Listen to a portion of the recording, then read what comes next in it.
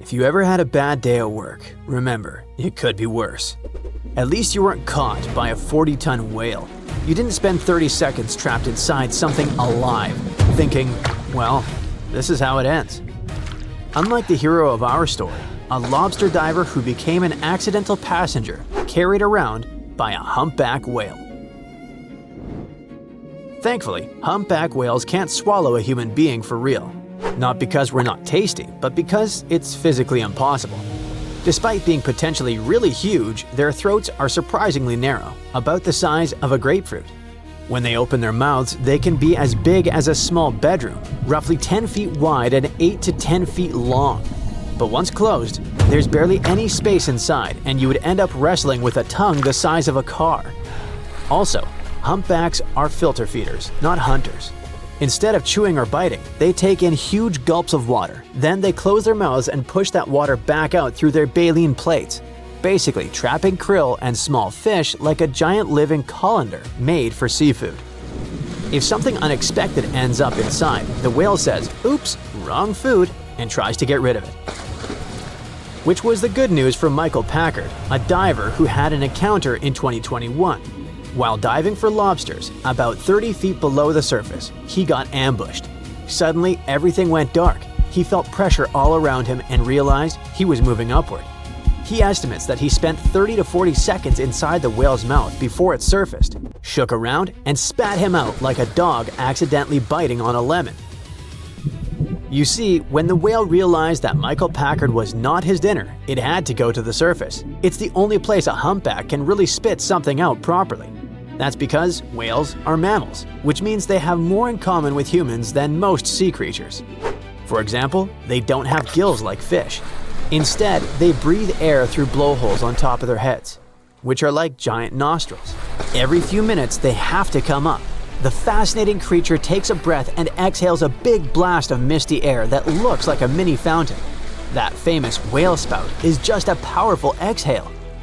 Depending on the species, they can stay under the surface for 20 minutes to over an hour. But how is this possible? Basically, their lungs work like oxygen power banks, and their muscles are packed with myoglobin, a special protein that stores oxygen for long dives. When they submerge, their heart rate slows to just a few beats per minute, and blood flow is rerouted to only the organs that really need it. It's like their entire body switches to power-saving mode. And if that isn't impressive enough, humpbacks have a few more ocean superpowers, like being able to sing. And yes, that's the actual scientific term. Male humpbacks produce long pattern sequences of sounds that can last for hours. But they aren't random noises, they're structured, almost musical. Something best described as deep moans and high squeaks. But the coolest part is that these songs can travel for thousands of miles underwater. Sound moves much farther in water than in air, so the ocean becomes one giant concert hall. They can bounce and echo across the ocean, reaching whales miles away like the sea's own radio station. Only male humpbacks are known to sing, and scientists think they do it mainly during the breeding season. Some believe it's a way to attract mates, while others think it helps them communicate or compete with other males. What's amazing is that all the males in one region sing the same song, but it slowly changes over time. Basically, every year the males all sing roughly the same tune, but as the season goes on, tiny variations start to appear. They sing the same song until one of them gets inspired, changes the tune slightly, and this version becomes trendy. Sometimes the whole song gets replaced by a completely new one that moves across the seas from one population to another. Scientists think whales are basically learning from one another, passing new hit singles across the ocean. Humpback whales are known for taking the longest road trips in the animal kingdom. They migrate thousands of miles from cold feeding grounds near the poles to warm waters where they mate and raise calves. And they sure love to eat, sometimes up to 20 hours straight. When the humpback whale accidentally caught Mr. Packard, it couldn't just get rid of him underwater and keep feeding. Humpbacks are built to close their mouths tightly when they dive, so water doesn't rush into their lungs. To open up wide again, release pressure, and breathe, they have to reach the surface. They gulp air, clear their throats, spit out unwanted passengers, and go back to eating like nothing happened. It's actually a cool design from millions of years of evolution. Whales used to live on land long ago. Their ancient ancestors looked a bit like furry hippos that wandered into the ocean. Over millions of years, those animals adapted to life in water. Their legs became fins, their noses slid to the tops of their heads, but they never stopped breathing air. That's how evolution works. It doesn't recreate something from scratch, it adapts what's already there. This evolutionary coincidence was what, in the end, saved Mr. Packard. After the whale spat him out, Packard floated in shock for a few seconds before realizing that everything was fine. His crewmate, who'd seen the whale breach and fling him out, rushed over and pulled him into the boat. Thankfully, aside from bruises, he was fine. The diver was taken to the hospital, treated, and released on the same day. All is well that ends well, and now he has a fascinating tale to retell to his friends. While a humpback whale couldn't swallow Michael, there are a few creatures on Earth that technically could, at least on paper. First on the list, the sperm whale. It's the only animal alive today with a throat large enough to swallow a whole person. They regularly feed on giant squids up to 30 or 40 feet long, so one human wouldn't even count as an appetizer. Luckily for us, sperm whales live in deep waters and only eat squid, fish, and the occasional unlucky shark. Humans aren't even close to the right shape or taste. On the land, we have the reticulated python and the green anaconda, the largest snakes on the planet. These reptiles don't chew, they swallow. A full-grown python can stretch its jaws wide enough to fit a deer or a pig, and an anaconda can take down a capybara. There are unverified reports of them swallowing people, mostly in remote jungle areas. But even if it happened, it would take hours, and the snake would struggle to digest such a big meal. Unfortunately, snakes don't have the same diaphragm or ticklish response like mammals, which means you wouldn't get out of this predicament by tickling the serpent like in a cartoon. And that's about it, lucky for us. Unless we go back in time, way back to prehistoric times, to an age when the oceans and continents were crawling with bigger creatures. Back then, the ocean was a lot more dangerous. The mosasaurus ruled the seas like a super crocodile, and the megalodon, the 60-foot prehistoric shark, could have swallowed you whole without noticing. But land wasn't much safer.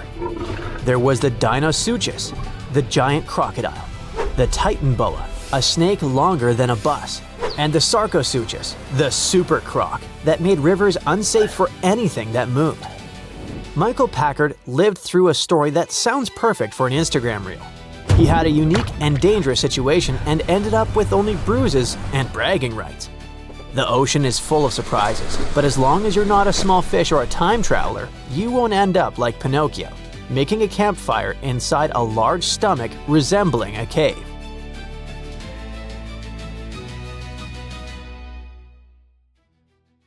Imagine crying out to someone not knowing that they can't hear you. This is the story of the loneliest whale swimming in the oceans. Scientists can only refer to the whale as a 52 Hz whale, or a 52 whale for short. They call it that because they picked up its sound pitch similar to a blue whale's frequency, which is between 10 and 39 Hz. Whales, like many animals, communicate with frequencies only they can understand.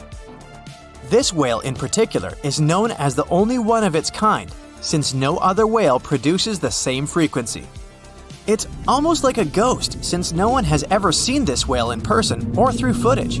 We only have recordings via hydrophones. It's been swimming around for decades and was first heard in the late 1980s up until 2010. Scientists have been receiving the whale's cry in the Pacific Ocean yearly, from August to December. Between January and February, it moves out of range. Scientists are still wrapping their heads around what this whale could be.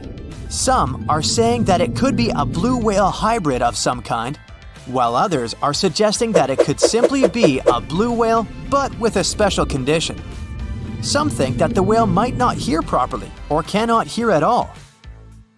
But the fact that the blue whale has been around for such a long time means it's most probably a healthy whale. We know that the whale resides somewhere in the North Pacific, but scientists still haven't seen it for the past 30 years. All we've been doing is collecting vocal recordings through its path, calling for another whale to answer. People discovered whale frequencies by accident. The US leadership deployed a bunch of hydrophones across the ocean floor to listen to other incoming submarines. While it may have proven successful for them, it also caught various frequencies from the depths of the oceans. Monstrous sounds. They described them as deep, rumbling calls. For centuries, legendary creatures were thought to have roamed the deep, dark waters. Krakens, leviathans, and other scary aquatic beasts. Maybe the submarines first thought they were listening to one of the creatures, but the frequencies were later identified as the sound of blue and fin whales. Towards the end of the 1980s, researchers and scientists were granted access to use the hydrophone network specifically for whales. Scientists realized that they could capture the frequencies of almost all whales, and just the 52 Hz stood out. There was so much buzz around this whale that some people decided to make a documentary about it. People have always wondered if this whale would ever find the special one it's always been calling for. An albatross is one of the fastest animals on the planet and can travel far and wide with ease. But this one named Albert couldn't find love fast enough. For the last 50 years, scientists believe that Albert has flown the coast of Scotland searching for a mate. Sadly enough, all his potential matches won't be around for another 8,000 miles on the other side of the world. Its natural home isn't the coast of Scotland. So how did it end up there? Some believe that Albert was caught in the middle of a storm and was blown away from the equator in the South Atlantic, somewhere in the 1960s. Since then, it's been stuck there with no place to go. Sure, these birds can travel, but not that far away. They'll need help from the right winds to go home. Albert has been looking for a mate for decades now. He has found shelter on a remote rocky outcrop between the Shetland Isles and the Outer Hebrides first, but now he lives in Bempton Cliffs. Scientists have noted that Albert has been wandering the skies of Scotland, knowing that this species of bird have a lifespan of about 70 years. Not all birds flock together. Albert has been trying desperately to make some friends with the other birds in the neighborhood, but with no luck. The albatross is native to the Falkland Islands, which is way off course of Scotland. It most likely won't go back home anytime soon. Lonesome George isn't a name anyone would like to have, but this Pinta Island tortoise from the Galapagos earned the title by literally being the last of its kind. The sad part of Lonesome George's tale is that his species were booming and thriving in the 19th century. Unfortunately, humans got in the way and their numbers dwindled. For a very long time, people thought that this animal was extinct until George was discovered in 1972. It drew a lot of attention from the media and press. They found out that Lonesome George was about 60 years old by then, so they decided to bring him to a zoo. So, for many years in captivity, Lonesome George would not have the freedom or the life he would always want. He was the very last of his species, so the scientists that held him captive only wanted him to mate with other species. But nothing happened. He sadly passed away after 2012, officially the last of its kind. Tuffy was the last of its kind. A Rab's fringe-limbed tree frog. This species used to live freely in the rainforests of Panama, gliding from tree to tree. Just like Lonesome George, they took Tuffy into captivity to protect it from predators and from an infection that wiped out the rest of its kind. He was placed in a botanical garden in Atlanta in a gray shipping container. He passed away in 2016. One of the saddest parts is that Tuffy stopped calling for a mate since it was placed in captivity. Either he knew he was the last of his kind somehow, or that he was in a container. He also never responded to recordings of female frogs of his kind. Maybe he also knew those were fake. He went out strong and became a legend among frog enthusiasts. At the beginning of 1987, only 3 Spix macaws were known to exist in the wild, and by the end of the same year, 2 of them were taken away. In Brazil, the Spix macaw flies freely in the thick Amazon forest. They live mainly in tropical dry forests and chill by the old hollow trees growing along the creek. Their main diet is seeds and nuts whenever they can find them. However, their numbers started to decline until they were no longer spotted. In 1995, a bunch of scientists went on a journey to save the rarest bird at the time. The job won't be so challenging since the bird's blue-gray color is so distinct that you'd spot it a mile away. During this time, only 1 parrot was alive in the world near a small town in northeastern Brazil. The parrot was first spotted by a German naturalist, Johann Baptist von Spix, in 1819, which is how the parrot got its name. During that time, there was no record of how many Spix parrots were soaring in the air. But back then, he noted that they were very rare. The parrot was all alone during its years in the wild. It's extremely difficult to spot it and to put a tracker to see its whereabouts. However, unknowingly, there were still many Spix's parrots alive and well in captivity who have never felt the real joy of stretching their wings and soaring from tree to tree. After successful breeding, scientists have now released 47 healthy parrots into the wild, which is enough to kickstart the species again. But this time, the scientists were not going to take any risks and decided to put metal bands around the trees with hollow nests. This will prevent natural predators like jaguars or opossums. It would have been better if the last Spix's parrot found a mate and was able to start a family. Sadly, we'll never know. All we can rejoice in is the fact that these blue wonders are back in their natural habitat, where they belong. Hello and welcome to the Survive No Matter What show. Today, our host Alberto will perform a crazy trick. Last year, he lived in a cave with a grizzly bear for 2 months and managed to survive. Do you remember how Alberto smeared himself with minced meat and jumped into a pool with piranhas? I hope you haven't forgotten how Alberto grilled a barbecue on an awakened volcano. Well, forget it. Today, Alberto will do the most dangerous and crazy trick in his life. Especially for you, dear viewers, he will get swallowed by a giant blue whale. Alberto goes to the North Atlantic.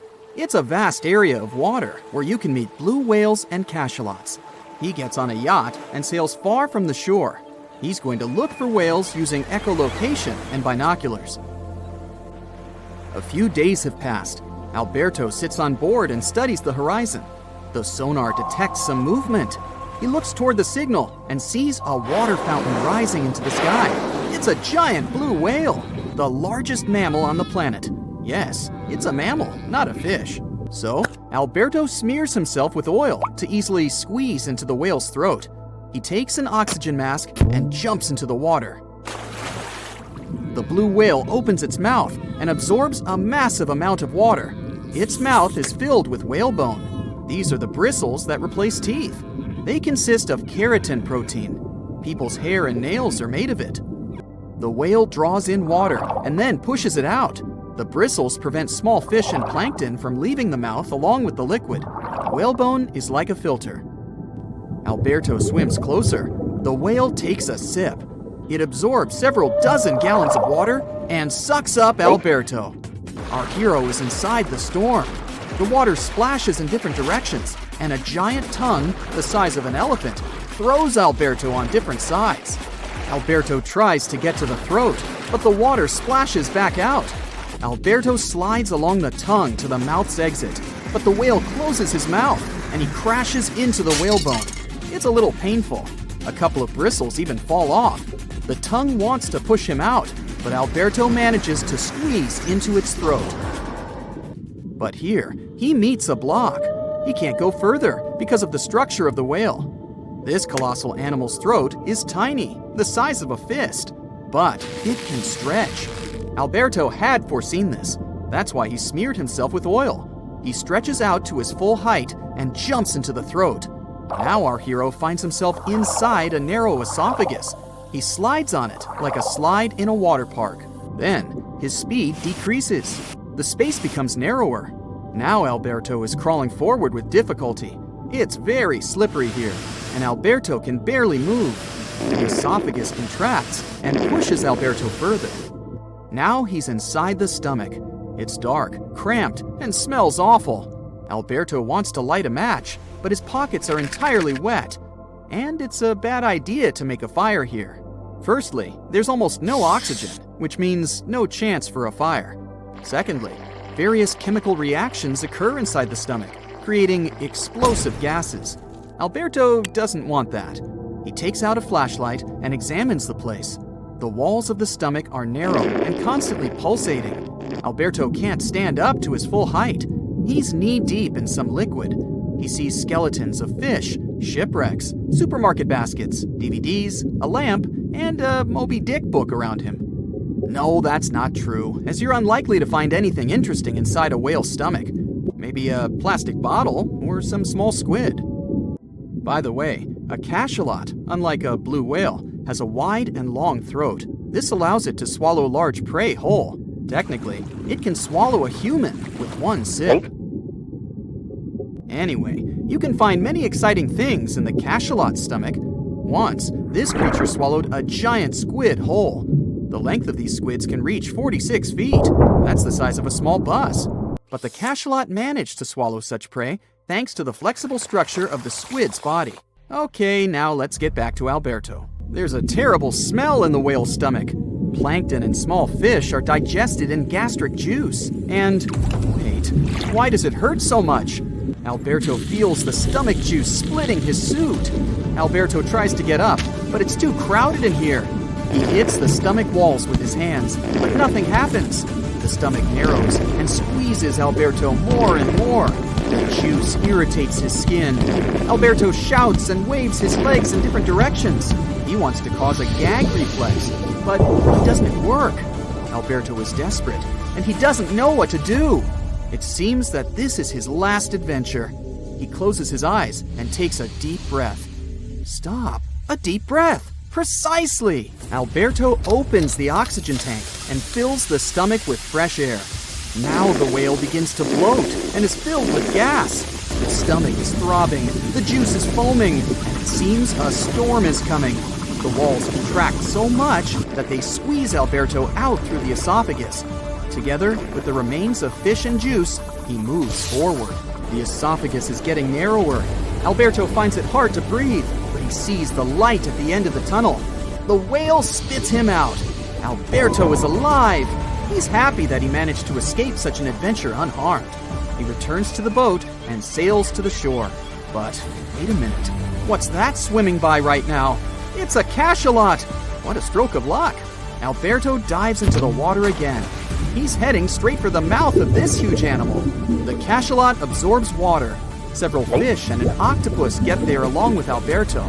The cachalot pushes him with its tongue in different directions and swallows all the prey. The throat is wide enough, and Alberto easily manages to get there.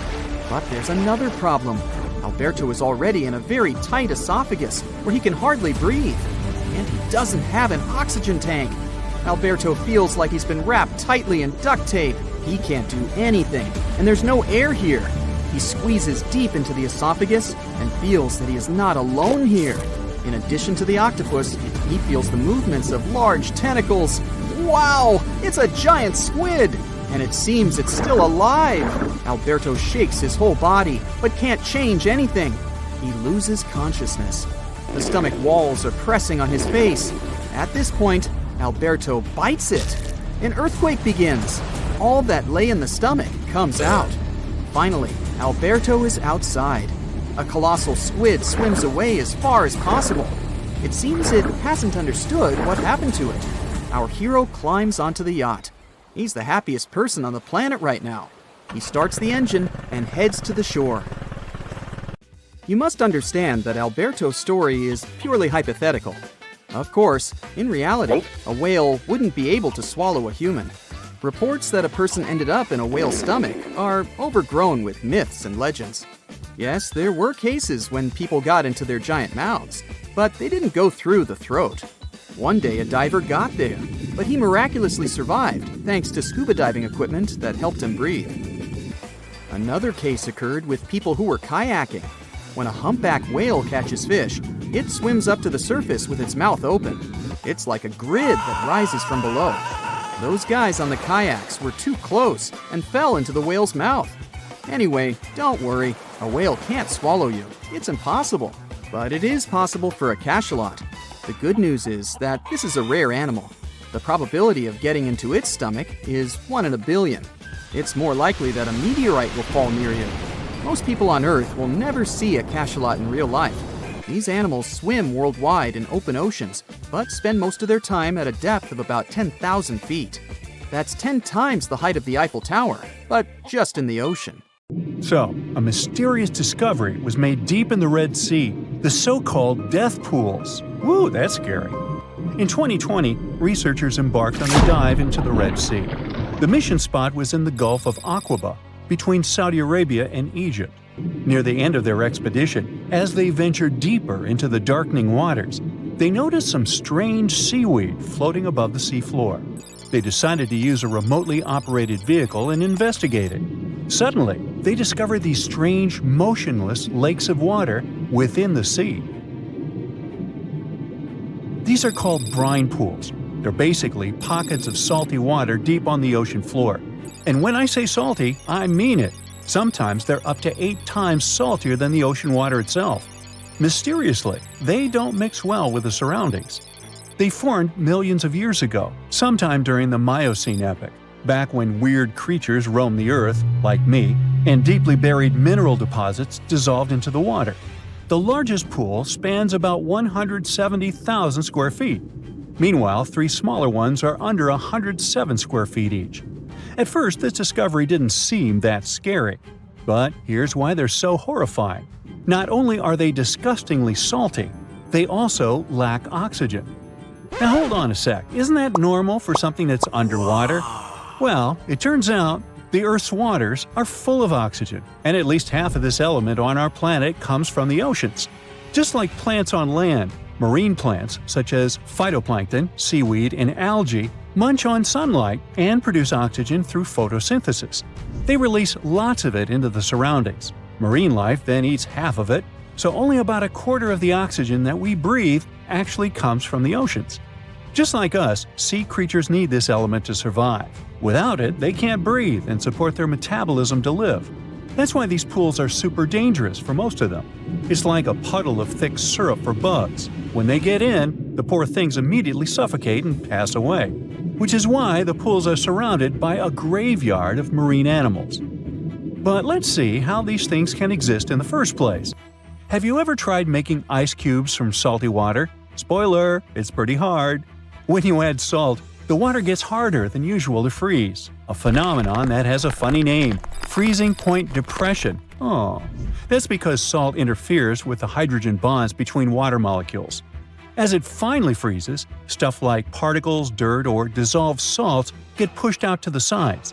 As a result, the salt's kind of squeezed out of the ice crystals and gets trapped near the edges in small bubbles or pockets. Something similar happens in the ocean when seawater starts freezing under super cold polar caps. The salt doesn't freeze with the water. Instead, it gets pushed out, forming a super salty cold liquid, the brine. And then it sinks down to the ocean floor. On a large scale, all this process also helps currents to form. Despite being so dangerous, the pools are still full of microbial life, because microbes couldn't care less, they'll survive anywhere. There are literally thick mats of them in the brines. There are also some salt-loving creatures, like shrimps and eels, hovering around the pool's edges. They're being super creepy, waiting to catch unsuspecting prey that ventures too close to the toxic death pool. Ew. Well, it sounds icky, I know. But this discovery gives us some fascinating insights into how life might have originated on Earth. We already know from the evolution theory that we came from the ocean, but now scientists think that life might have begun in the deep sea in some super dark, oxygen-free places. These brine pools are like time capsules. They're one of the closest things we found to the early Earth. They can tell us the planet's history of earthquakes, floods, tsunamis, and more. For example, they have some traces of rainfall that happened over 1,000 years ago. And they can also help us search for life on other water-rich planets. For example, Mars most likely used to have huge oceans on it. Now, NASA scientists want to send a special instrument called HABIT for a special red planet mission to study things similar to our brine pools. This will tell us more about how life appears and survives in the universe. There is lots of unexplored fascinating stuff like this in the Red Sea. That's why scientists conducted the so-called Decade Expedition and spent around 5 months exploring the place. This expedition was launched by the National Center for Wildlife. They made so many remarkable discoveries that now we've got 77 new research papers.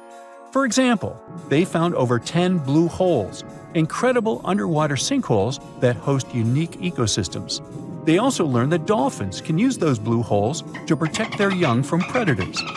Scientists also found traces of great white sharks, a creepy community of deep-sea lanternfish living in low oxygen conditions, and even a new coral species. It's the most resilient deep-sea corals that also vibe just fine without oxygen, like microbes we mentioned. Speaking of which, research also showed us some new ancient thermal vents and large blobs of microbial formations near Farasand Island. Now, can you believe that with all that, we only explored 5% of the ocean? It's divided into several layers based on depth. Each layer becomes darker and more isolated from sunlight as we go deeper. The places that no sunlight can reach are terrifying. Now, the fun, cute layer with dolphins and turtles is called the epipelagic or sunlight zone. It's so tiny, but even this layer is about 650 feet deep. Then we have the mesopelagic or twilight zone. It's the layer of mysterious octopus, shark, and other loners, which extend to about 3,000 feet down. And then the horrors begin after this one. We encounter the bathypelagic or midnight zone. It extends to 13,000 feet below the surface, about a half of Everest above you. Here we have the famous poor blobfish, squids, and anglerfish. Below it is the abyssal zone. It extends to about 20,000 feet deep. Since there's not much sunlight or oxygen, as we mentioned, most creatures here are quite small, like tube worms and shrimp. The darkness continues until we arrive at the scariest place of the planet, the place full of trenches formed by tectonic plate movements, the Hadal Zone. It's named after Hades, the deity of the underworld in Greek mythology. Just like Hades' realm is dark, remote, and guarded, the Hadal Zone is the deepest and most depressing part of the ocean. It starts at depths of around 20,000 feet and can go down to 36,000 feet and more. The famous Mariana Trench also belongs to this zone. Only 3 people in history have ever explored these depths in person, making it one of the least explored and most mysterious places on our planet. However, despite crazy high pressure, near freezing temperatures, and complete darkness, there are still things who manage to survive here.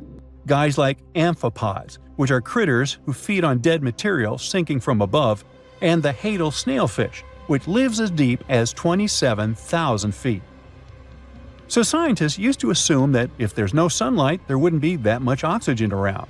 But one day, a research team decided to measure the levels of oxygen in one of those deep zones.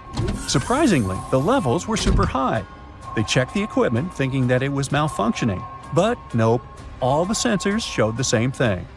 Turns out the oxygen was somehow generated by rocks. These small potato-sized rocks on the seafloor are called polymetallic nodules. They're rich in metals like copper, nickel, and cobalt, and they're basically like small batteries. When you put a battery in salt water, it can produce bubbles of gas, a process called electrolysis. In the same way, these rocks create tiny electric currents, which are powerful enough to produce the same gases, splitting water molecules into hydrogen and oxygen. It's the first time we saw oxygen being produced by some non-living minerals. This is what scientists now call dark oxygen. It turned out that about half of large marine species, or megafauna, were living just on dark oxygen alone. All these discoveries are reshaping our understanding of where and how life could evolve. It means that we might be able to find life on other planets or satellites with low oxygen conditions, like Enceladus and Europa, the moons of Jupiter and Saturn, and they have large bodies of frozen water on them. Wow! So imagine stumbling upon a creature so huge it could dwarf even the largest known marine animals today. Scientists discovered the fossils of this beast on England's coast and believe it once ruled the waves. The new species was named Ichthyotitan severnensis, but thankfully for me, scientists nicknamed it the Little Stock Monster. Its estimated lengths range from 72 to 85 feet long, almost as big as a blue whale. Megalodon can't even compare to this. It was only about 60 feet long. And what's crazy is that this fossil we found wasn't even an adult, so who knows what their actual size was. The first piece of the Little Stock Monster was discovered in 2016 in the Westbury Formation. Researchers found a 3-foot-long jaw part that belonged to an unknown species. For years, this single fragment had been driving them crazy because they had no idea what that animal was. Then, in 2020, a miracle happened, of sorts. A father with his 11-year-old daughter found the second piece of fossil on a beach. This discovery led to more findings. Finally, in 2022, the last piece of the literal jaw puzzle was found, buried along the Somerset coast. This leviathan belonged to the Shastosaurid family. Both the Little Stock Monster and other Shastosaurids had one ancestor, so all the species in this family are super similar to each other. For example, all of them were the largest marine reptiles ever to exist. Although our Little Stock Monster is much larger, most Shastosaurids could grow up to only 69 feet long, and it's possible that the Little Stock Monster, when fully grown, would reach up to 100 feet or even more. Both of their bodies were just perfect for cruising the ancient seas. These marine titans were elegant and slender, with an elongated snout. Other marine animals at the time were smaller and looked more like dolphins. Shastosaurids had long paddle-like limbs adapted for efficient swimming. Their skulls show large eye sockets, which means they had excellent vision. If you were in the ocean, no matter what time it was or where you were hiding, they could spot you. They were also incredibly fast and could dive to great depths. Of course, all these things made them the most terrifying predators. They ate pretty much everything, including fish and squid, and you if you were there. They probably captured their prey like whales, opened their huge mouths, and literally sucked the fish in. What made the Little Stock Monster especially scary is that it wins in the jaw competition. For other Shastosaurids, their jaws were a bit weaker, so they hunted smaller fish, kind of like today's orcas. They required vast amounts of food. This shows us that the Earth's Triassic oceans had rich, productive food webs. But the Little Stock Monster has this unique feature. It could open its jaw almost 90 degrees upwards. It also had tons of powerful muscles around. Its jaws were horrifyingly strong. So while others were hunting some squids, the Little Stock Monster probably hunted large fish and even other marine reptiles. Fossils of Shastosaurids have been found everywhere in the world, from North America to Asia. This means that these creatures dominated and terrorized the oceans for millions of years, although even they weren't completely safe from scavengers. And that's exactly why we struggle to find these fossils now. Scavengers didn't leave any remnants of them. So, while we have some fossils of this marine family, they mostly remain a mystery for us. They lived in the oceans about 200 million years ago, in the late Triassic period. The Earth looked completely different back then. All continents were united in one Pangaea, a huge landmass. Some parts of this supercontinent were covered with lush conifer forests, while others were dry deserts and open prairies. It was before the famous Jurassic period, but there were already first pterosaurs and amphibians. It seems like those monsters were crazy resilient. The Triassic period was super unstable, but they survived through many changes in the environment. Well, until the last one. The Triassic extinction came out of nowhere. It was one of the Earth's big 5 extinction events. It wiped out almost all species on the planet, including these leviathans. It's still not clear what happened exactly, but it looks like there was a huge tectonic activity. Volcanoes in the oceans were going crazy back then. These massive volcanic eruptions have probably altered the climate and ocean chemistry, leading to the extinction of many species. Scientists have a theory that it might have happened because there was a rain of comets flying to our planet from the Oort cloud. This likely happens about every 200 million years or so. I wasn't around then, so I'm just guessing here. In any case, after the extinction, the Earth took some time to recover. Then it entered the famous Jurassic period. More terrifying sea monsters were on the way. One of them left us a colossal skull. This fossil is 150 million years old, and it also belonged to a sea beast from Jurassic times. They called it the shipwreck. The name is very fitting. This monster could have broken a car in half with one bite. It was also discovered accidentally. A fossil enthusiast was walking along the Jurassic coast. This place is famous for having tons of ancient fossils, all because of the erosion in stormy weather. Typically, people find small spiral fossils here. However, this time, he discovered a giant sea monster fossil. Excited, he contacted scientists. They arrived at the spot right away and then had to carefully climb down a cliff to search for the rest of the skull. This fragment alone is 6.5 feet long. Turns out, it's a newly discovered species of pliosaurs, giant predators of the ancient seas. Pliosaurs were among the largest marine predators ever. Some of them grew up to 40 feet long. They used their huge teeth to snatch and devour prey, including other reptiles. Well, at least those creatures are far gone. But what about the horrors that still live in our oceans? Recently, biologists discovered the world's longest animal, the one that's still alive to this day. They found it off Australia's coast, on the Gascoyne coast, a very mysterious and unexplored place. There, underwater vehicles stumbled upon a frightening 150-foot-long siphonophore. That's twice as long as many blue whales and 3 times as long as a humpback whale. Doesn't it kind of look like one of those toy string worms? But this creature isn't friendly at all. It's a string-like deep-sea predator. What's even more scary is that this isn't actually one creature. It's a colony of small clones working together as one. Basically, collective consciousness. Ooh, Borg. Together, they stretch out like a single long string in the water. This creature might be the longest siphonophore ever found, and it was discovered at a depth of around 2,000 feet. Siphonophores, similar to jellyfish, capture their prey by dangling stinging tentacles in the water. When their tentacles touch small crustaceans and fish, they get paralyzed, and then they're reeled up to the colony's body. Expeditions to Western Australia's underwater canyons were definitely worth it. Together with that siphonophore, scientists have discovered up to 30 potential new marine species. Among them were a new octopus or squid, a long-tailed sea cucumber, glass sponges, and giant hyroids, colonies of animals resembling upside-down jellyfish. None of them have been seen before in Australia. But most of them weren't as scary as the one that was recently discovered in the Gulf of Mexico. This creature is straight out of a sci-fi thriller, a 26-foot-long mangapinna squid or bigfin squid. It was discovered near an offshore oil rig at a depth of more than 7,800 feet. It has incredibly long elastic tentacles, which can be 15 to 20 times longer than its body. It holds them at right angles to its body, making it look even creepier, almost as if it has elbows. And yes, it's another deep-sea predator. These 10 tentacles probably help the squid trap their prey and drag it onto the seafloor. We barely know anything about this extraterrestrial-looking creature because they're very hard to find and study.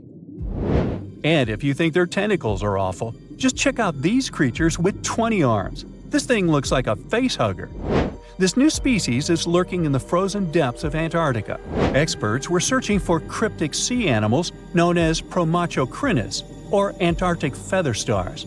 They're kind of similar to starfish and sea cucumbers, but have an otherworldly appearance and can live up to 6,500 feet below the surface. It's called the Antarctic strawberry feather star. Despite its pretty name, its appearance is anything but cute. It has a bizarre strawberry-like body from which 20 spindly arms branch off.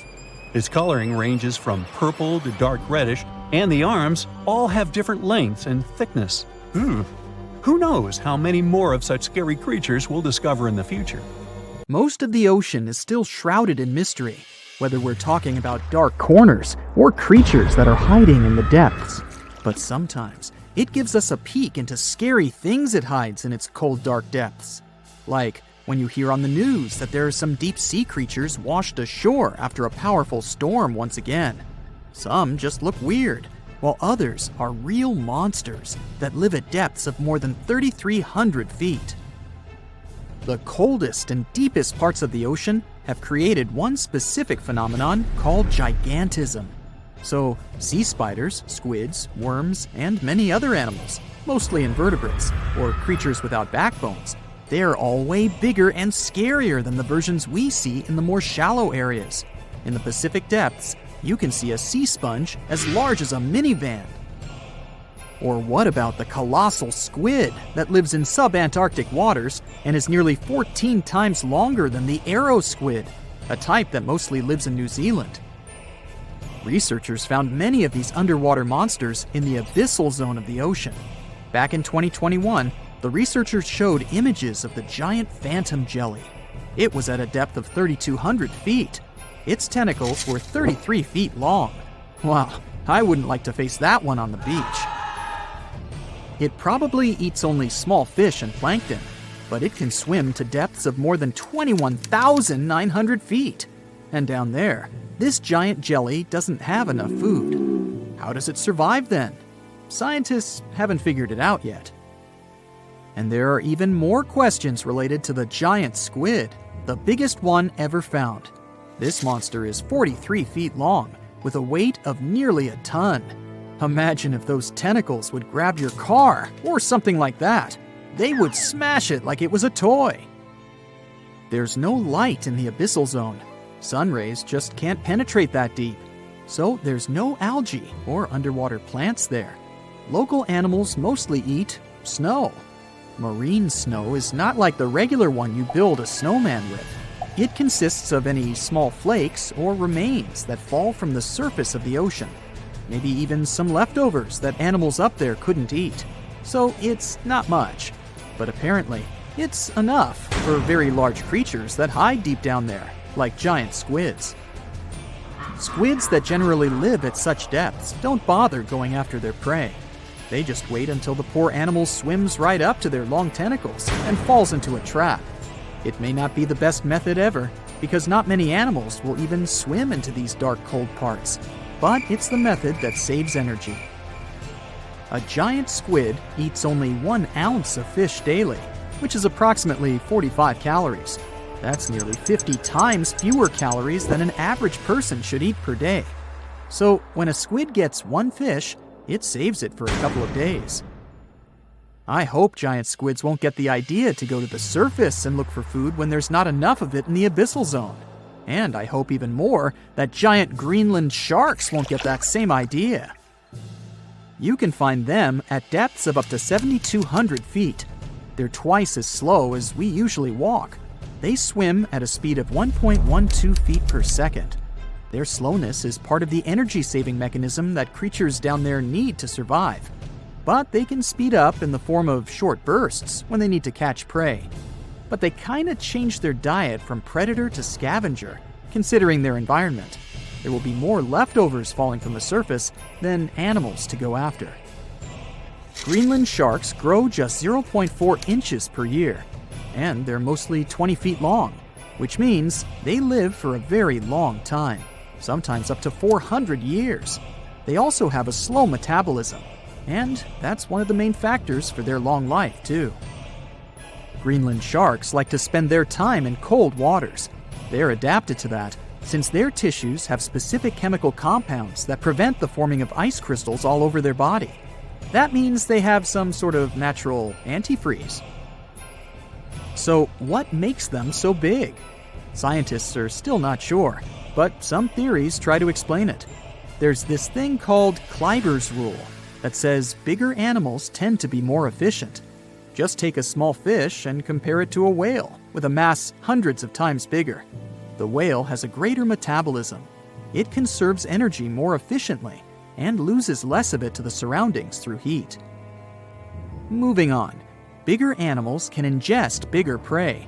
They're more likely to go through tough issues in their environment or defend themselves from predators going after them. Also, the body gets bigger when temperatures are lower. The Greenland shark is a perfect example. So are giant sea spiders. Sea spiders are generally common, and you find some very small ones at 0.04 inches. But in deeper parts of the Antarctic, they become 3-foot-long giants. They grow so big because the cold water has more oxygen. That way, more of it diffuses into the animal's body, and that allows it to grow bigger. Yeah, both as a creature and a nightmare. And how about this giant tube worm? Researchers found it accidentally while they were exploring the mysteries of the Pacific Ocean floor. They stumbled upon unusual hydrothermal vents. Volcanic heat is a thing that gets them going. As water seeps down through faults or cracks in the rock, these vents change their direction. When the water gets out of the vent, it's rich in different minerals and chemicals. Most animals wouldn't survive being around this toxic soup of chemicals, but not these tube worms. They came as a true surprise, because not only are they not bothered by these toxic vents and the almost boiling temperature of the water, but they developed entire ecosystems there. They're unique because they don't need sunlight to survive. Instead, small bacteria are their main source of energy. That bacteria gets their energy directly from these toxic chemicals. So it's not photosynthesis, but a process called chemosynthesis. And these tube worms don't have mouths. These bacteria live inside them. Strange story, huh? Plus, these scary worms reach up to 8 feet. Giant isopods are no better either. They lurk at the depths of the ocean of 1,640 feet or more below, far away from the sunlight, looking like some monstrous wood lice. They spend most of their time on the seabed, hoping to find some food falling from higher levels of the ocean. Check out their small hooked claws at the ends of their legs. Isopods use them to remain more stable while moving around the ocean floor. Since there's no light, they have long antennae that help them feel their way around. These sensory antennas are about half the length of their body. Giant isopods have pretty big eyes compared to their body size, too. They can grow over 12 inches from head to tail. And these fellas are really patient. Remember how we said animals down there rarely get food? Sometimes they need to wait for years to get a proper meal. That's why their metabolism is amazingly slow. 5 years later. They can go for 5 years without eating anything. Imagine that. I get hungry just talking about this. In 2006, a biologist did research to compare the differences between the shallows and the deep sea regions.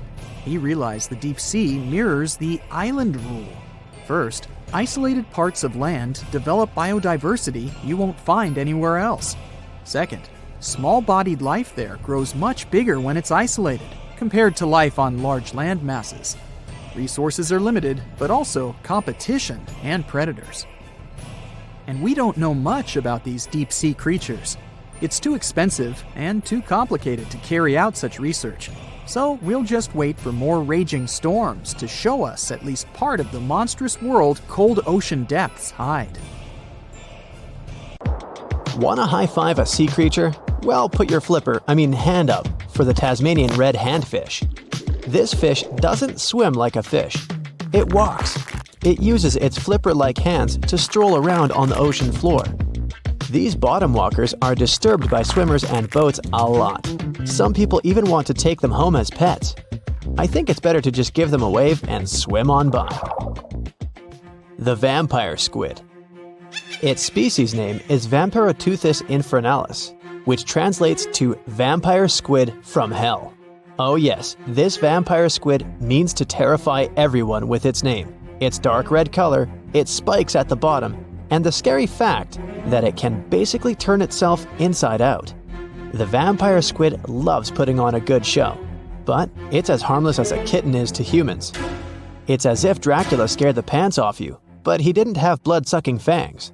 The vampire squid feeds on food particles from plants and animal matter floating near the ocean's surface. Since they're not predators, they need good defensive strategies, and their vampiric look is designed to ward off large creatures who want to eat them.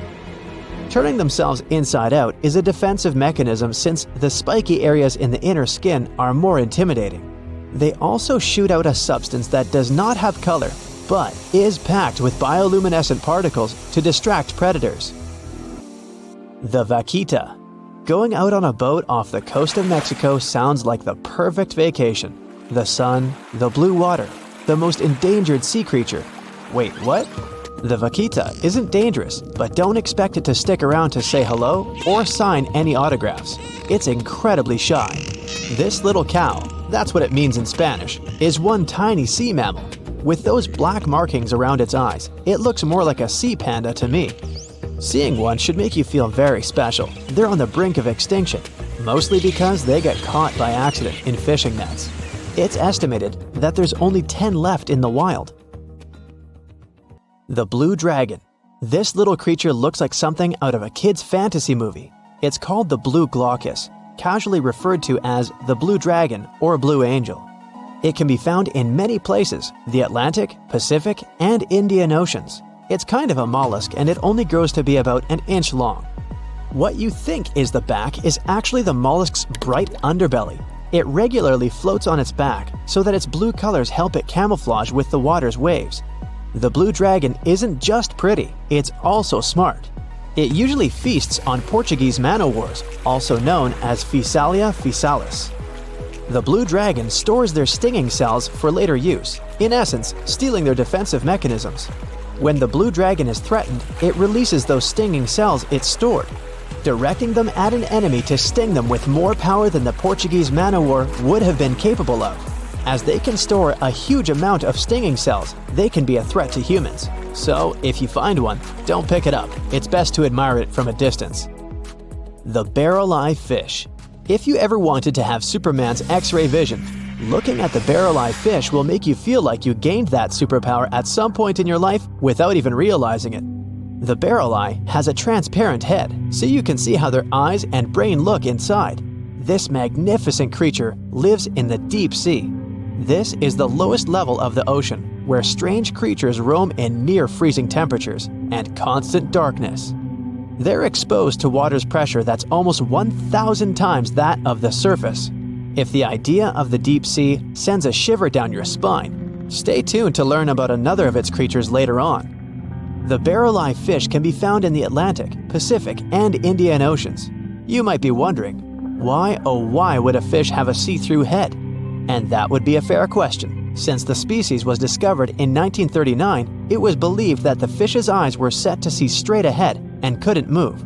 So it was assumed that they had tunnel vision. Scientists Bruce Robinson and Kim Reisenbichler from the Monterey Bay Aquarium Research Institute recently discovered that the fish can move its eyes vertically to see through the top of its translucent head, thus noticing if there are predators or prey nearby. The transparent head also allows more light to enter so they can detect prey better. It's believed that the barrel-eye fish eats jellyfish and small fish species. If you dive in the ocean at night, you might be lucky enough to see how orange ball corallimorph blooms in the dark. But make sure to be quick because as soon as you turn on your flashlight to take a good look, it will retract its tubes back into itself. The megalodon. The whale shark isn't the biggest shark known to humans. If the entire shark species were a kingdom, the prehistoric megalodon would be the ruler of the sea. Megalodon roamed the ocean a long time ago. About 15.9 to 2.6 million years back between the early Miocene and late Pliocene eras. While they've long been extinct, people are still amazed to learn about these gigantic sea beasts. Megalodon could reach anywhere between 45 feet to 60 feet in length with jaws more than 6 feet wide. A fossil of a tooth that once belonged to a megalodon measured at 7 inches. Needless to say, I'm pretty stoked that these guys have long been extinct. But there's still some adventurers out there hoping to meet this monster one day. The Dumbo octopus. This adorable creature, or creepy creature, or however you want to see it, is officially called Grimpoteuthis. More casually, it's referred to as the Dumbo octopus, named after the Disney character. Though Dumbo, the elephant, not the octopus, was teased for his big ears, it's highly unlikely that this adorable octopus gets teased by its water neighbors. They are the deepest living octopuses, living in the deep sea. and you know how scary that place is. They're only about 8 inches tall and spend their days hovering just above the seafloor eating snails, worms, and other food they find in the current or near ocean vents. There are nearly 17 species of Dumbo octopus, and they all have differences in height, color, and body parts. If you can't get enough strange animals, you'll be glad to learn that the deep sea has barely been explored by humans. So, keep an eye out. There are bound to be more fascinating animals discovered in the deep in the future. The sea angel. These creatures might look and sound pretty cute, but their diet is far from sunshine and lollipops. Their favorite food are sea butterflies. They lay mucus traps for them and wait in ambush. The squat anemone shrimp. This shrimp is tiny, only 0.5 inches. It's also known as a dancer shrimp because of its peculiar behavior. When agitated, it raises its bottom above its head and does a little dance. Divers also say it readily jumps on their hands and cleans them. The coconut crab. This guy may look pretty creepy, especially when the sun goes down. Mature coconut crabs are around 3 feet in length. Their preferred foods are coconuts, but they can also hunt down lizards and even large birds. The slender snipe eel. Slender snipe eel is a slim and long creature that's still a mystery for marine scientists. It's 4 feet long and it has at least 750 bones in its spine, which is much more than any other animal in the world. The sea pen. Sea pen is 7 feet long and it has a lot of varieties, but most of them look indeed like a pen or a quill.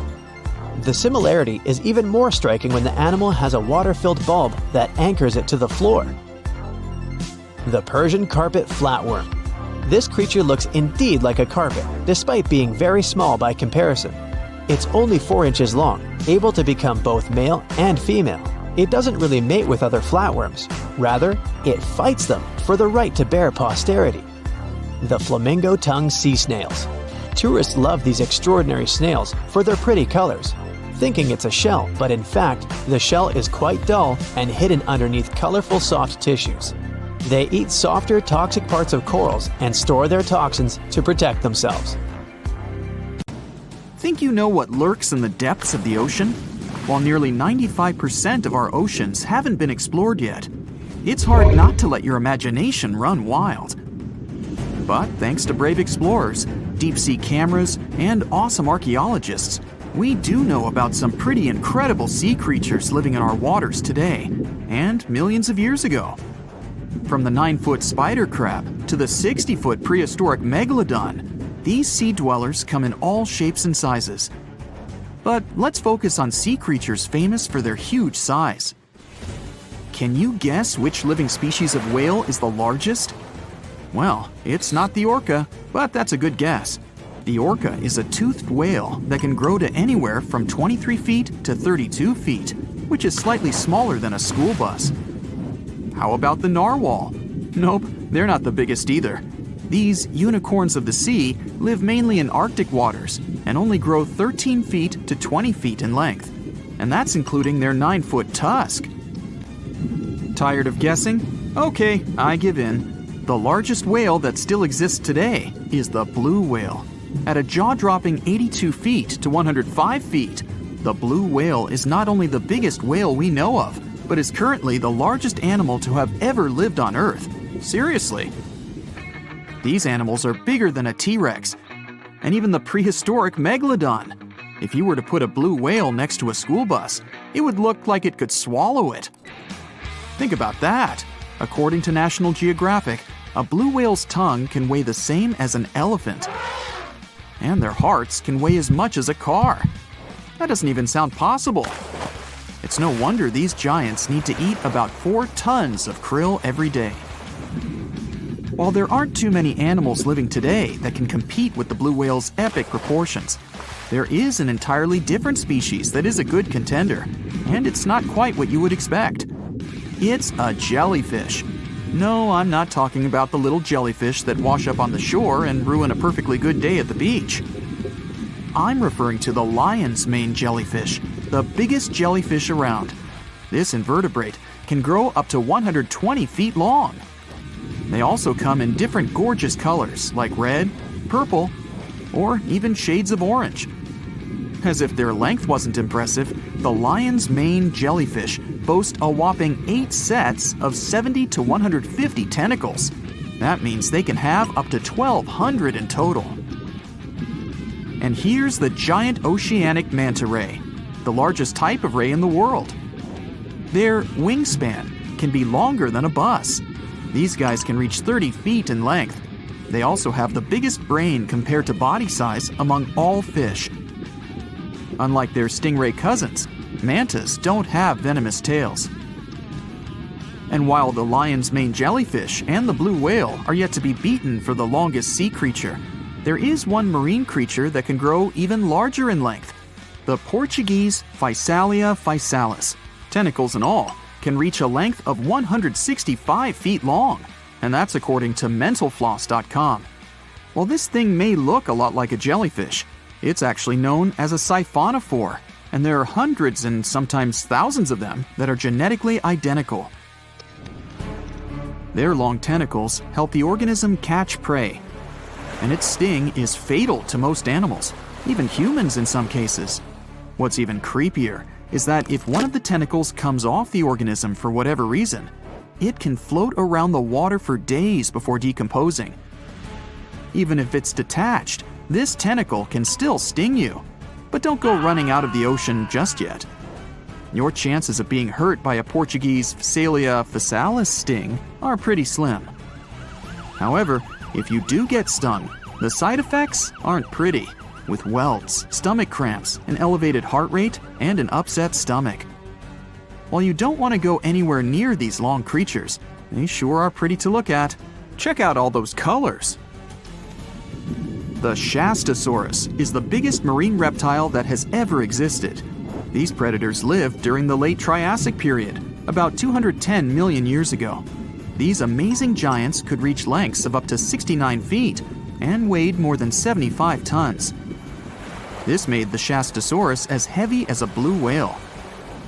And if you could stand this creature up vertically, it'd be as tall as a 7-story building. Despite appearances, the Shastasaurus was actually pretty slim for its size. Its ribcage was only 6 feet across.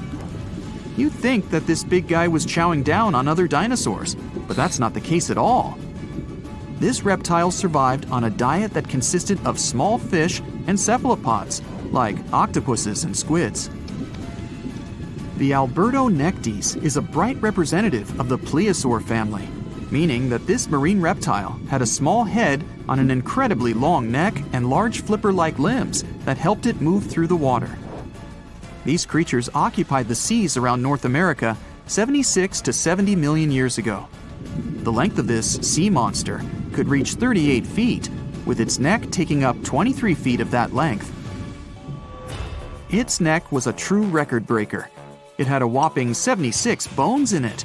No other animal known to humankind has had so many vertebrae in its neck. Scientists aren't sure why they needed such a lengthy neck. They might have used it to collect shellfish off the seabed, or perhaps it helped them capture their main prey, fish and squids. This aquatic reptile also had gastroliths in its stomachs. Some of them were as big as 5.5 inches in diameter. The Tylosaurus belonged to the mosasaur family. It dominated the shallow seas of North America about 85 to 80 million years ago.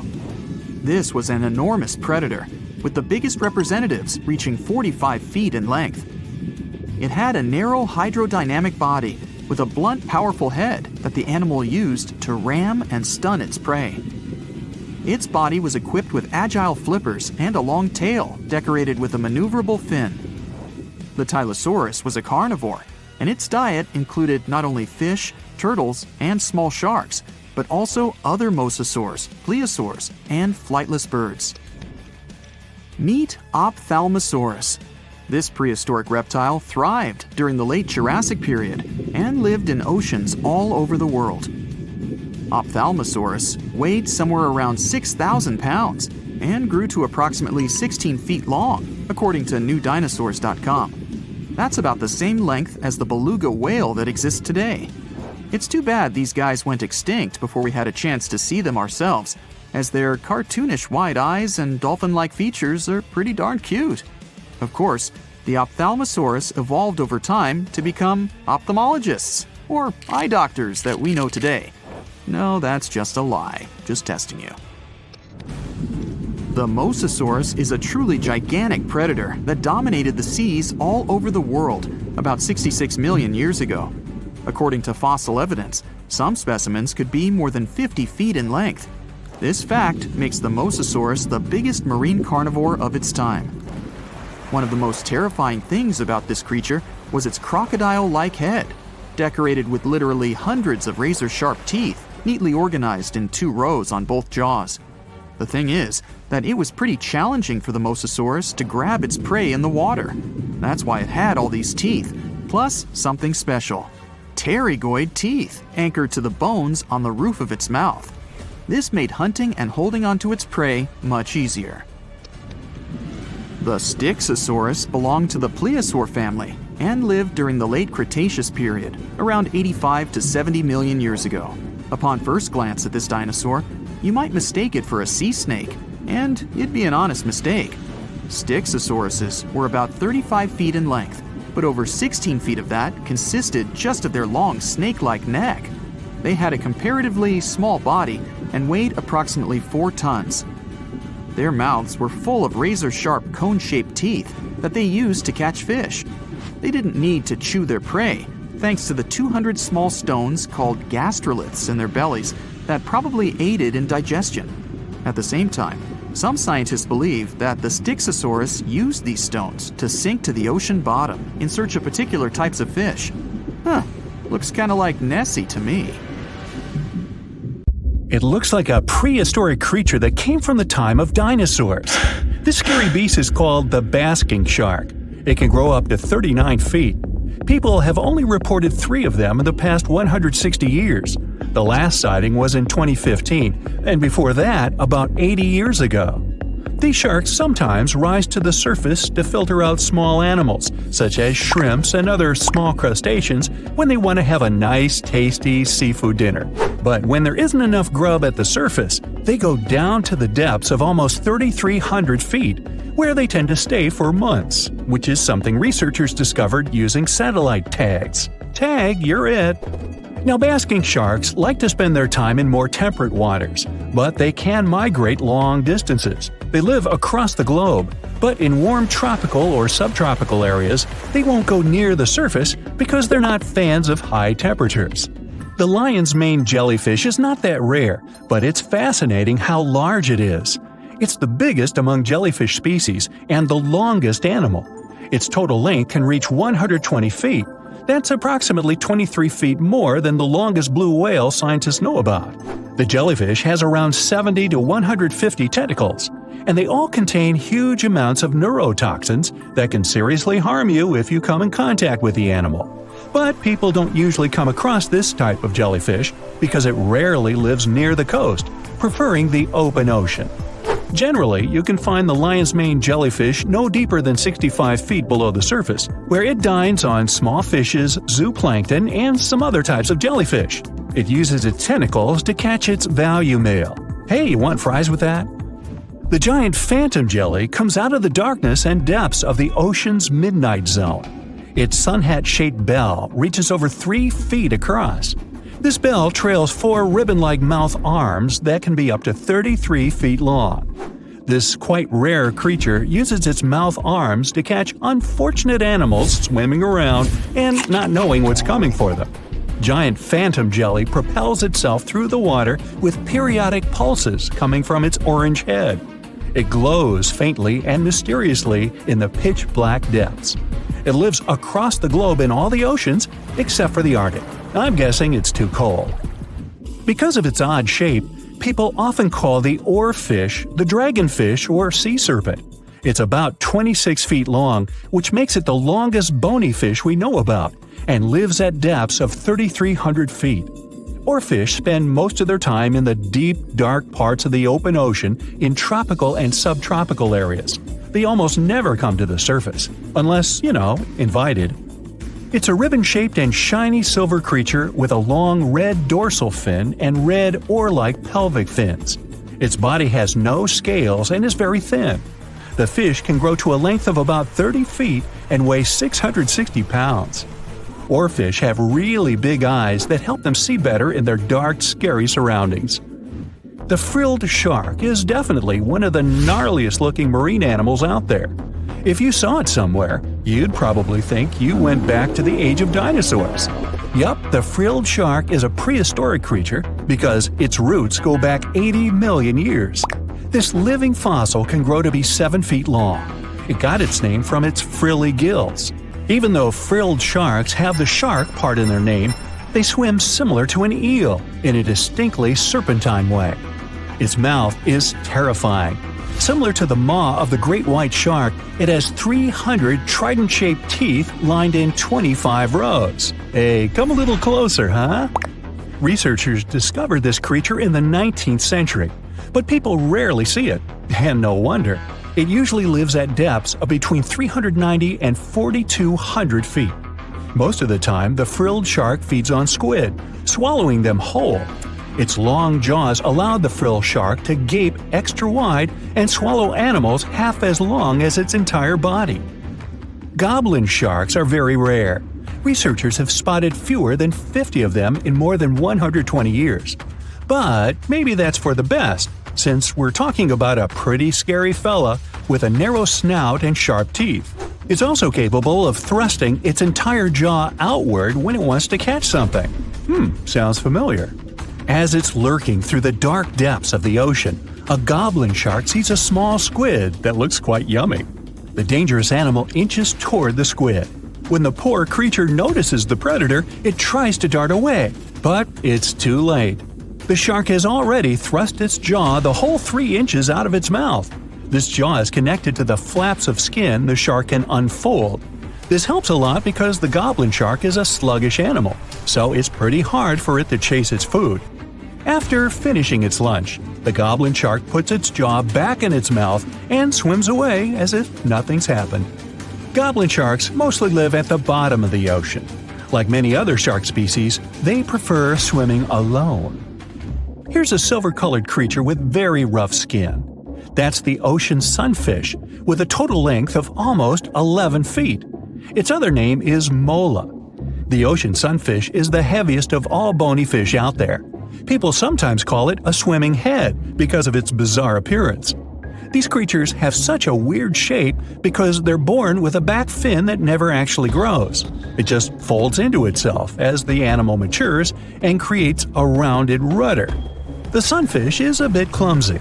It moves with the help of its mighty fins that allow the animal to swim on its side. This marine inhabitant is a solitary creature. It mostly feeds on zooplankton and jellyfish. The spotted wobbegong is one of the world's rarest sharks. It grows to be more than 10 feet long. It may not look as terrifying as some of its shark relatives, but it's pretty good at catching unsuspecting animals swimming past, mostly during the night. The animal has a spiracle, which is why it can breathe while staying still at the bottom of the ocean. It's motionless most of the time, which is why you can barely notice it. Its flat body and large pelvic and pectoral fins blend in with the underwater terrain. That's why they're so good at hiding. This ability helps when these sharks want to protect themselves too. Wobbegong means carpet shark. They usually live close to the ocean floor in coral reefs, on sandy bottoms, and under piers. People have even spotted the shark in the water that is barely deep enough to cover its flattened body. Now, blobfish lack teeth and bones, so they can't actively hunt. Since they don't have much muscle mass, they can barely move around. Hey, I had a roommate like that once. They get their energy from animals they scoop up from the seafloor. They also know how to conserve this energy. That's how it usually goes with deep-sea creatures. They don't have as much food as those animals that swim closer to the surface. Instead, they have special body mechanisms that allow them to save energy for the times when they don't have much to eat. Pressure at the depths where the blobfish lives is 120 times as high as that at the surface. That's why the bizarre creature looks like a weird gelatinous mass only when you bring it up to the surface. The pressure here is not strong enough to keep its body together. Hey, breaking up is hard to do. The white margin stargazer could compete with the blobfish for the title of the ugliest animal in the sea, don't you think?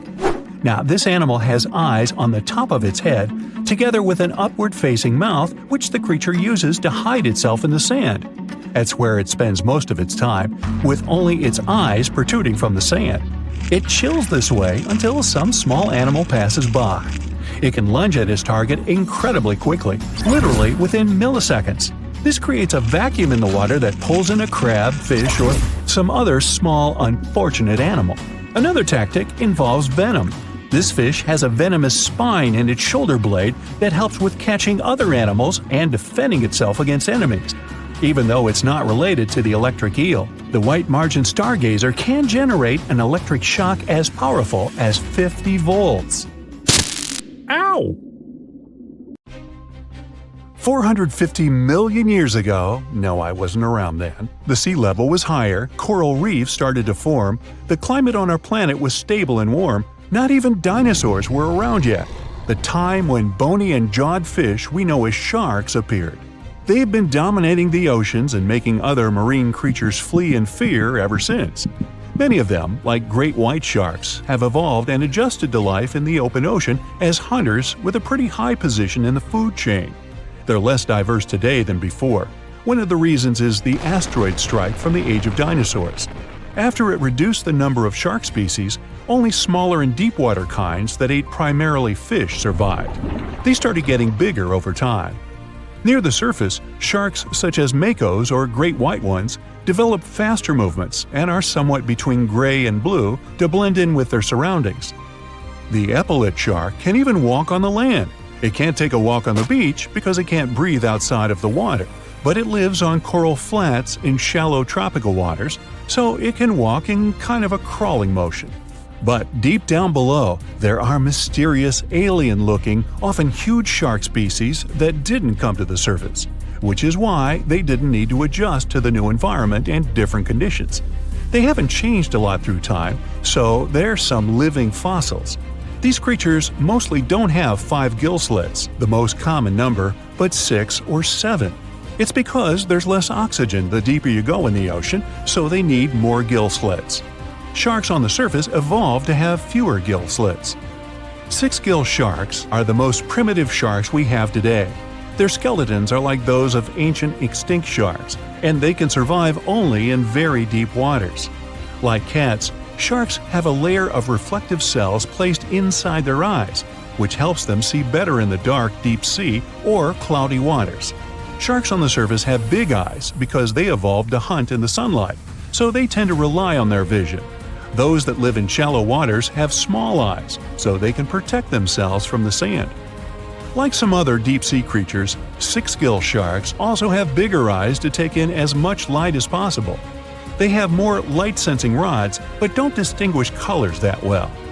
In the ocean's twilight zone, with the minimum of sunlight, there's a couple of bioluminescent shark species. They don't take in light within their eyes, but produce or re-emit it with their bodies.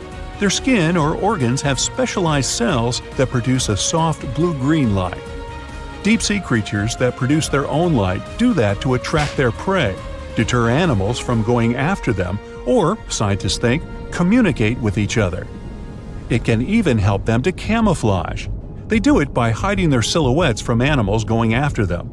They produce enough light to match their surroundings. The biggest luminous underwater creature is the kitefin shark, found swimming 980 feet below sea level, preying on groundfish or smaller sharks. It can grow almost 6 feet long and lives 3,200 feet below sea level. Deep-sea sharks are also bigger than those on the surface. The Greenland shark can grow up to 24 feet long, bigger than a great white. There's a thing called deep-sea gigantism. Creatures in nutrient-poor depths of the ocean grow bigger because, that way, they lose less energy as heat. The Greenland shark lives its life in slow motion. It has a slow metabolism and can go very long periods without food. With their slow pace, they evolved to live up to 500 years at depths of 7,200 feet. Sharks in shallow waters catch their prey relying on agility and speed, but for them, it's easier because there's plenty of food on the surface.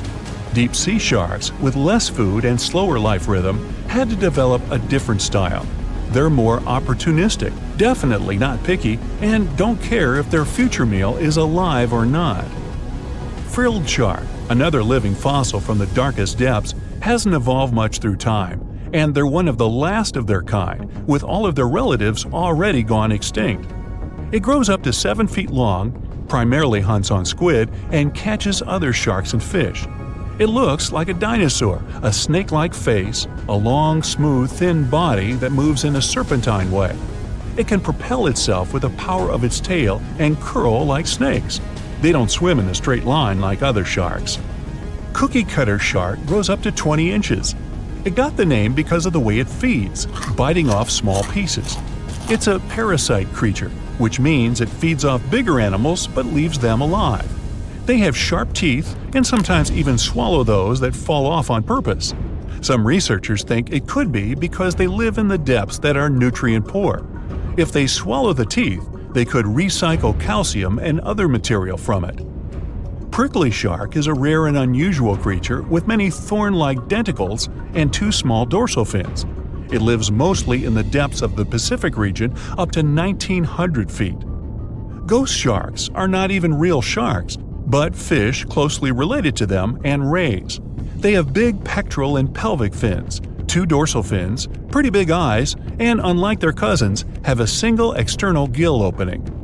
Ghost sharks have slender tails and can grow up to 80 inches, silver to blackish color. They sometimes live in rivers and coastal waters, but also in the depths of the ocean of 8,200 feet or even deeper. They are pretty weak swimmers, so they tend to feed on invertebrates and small fish. Goblin sharks.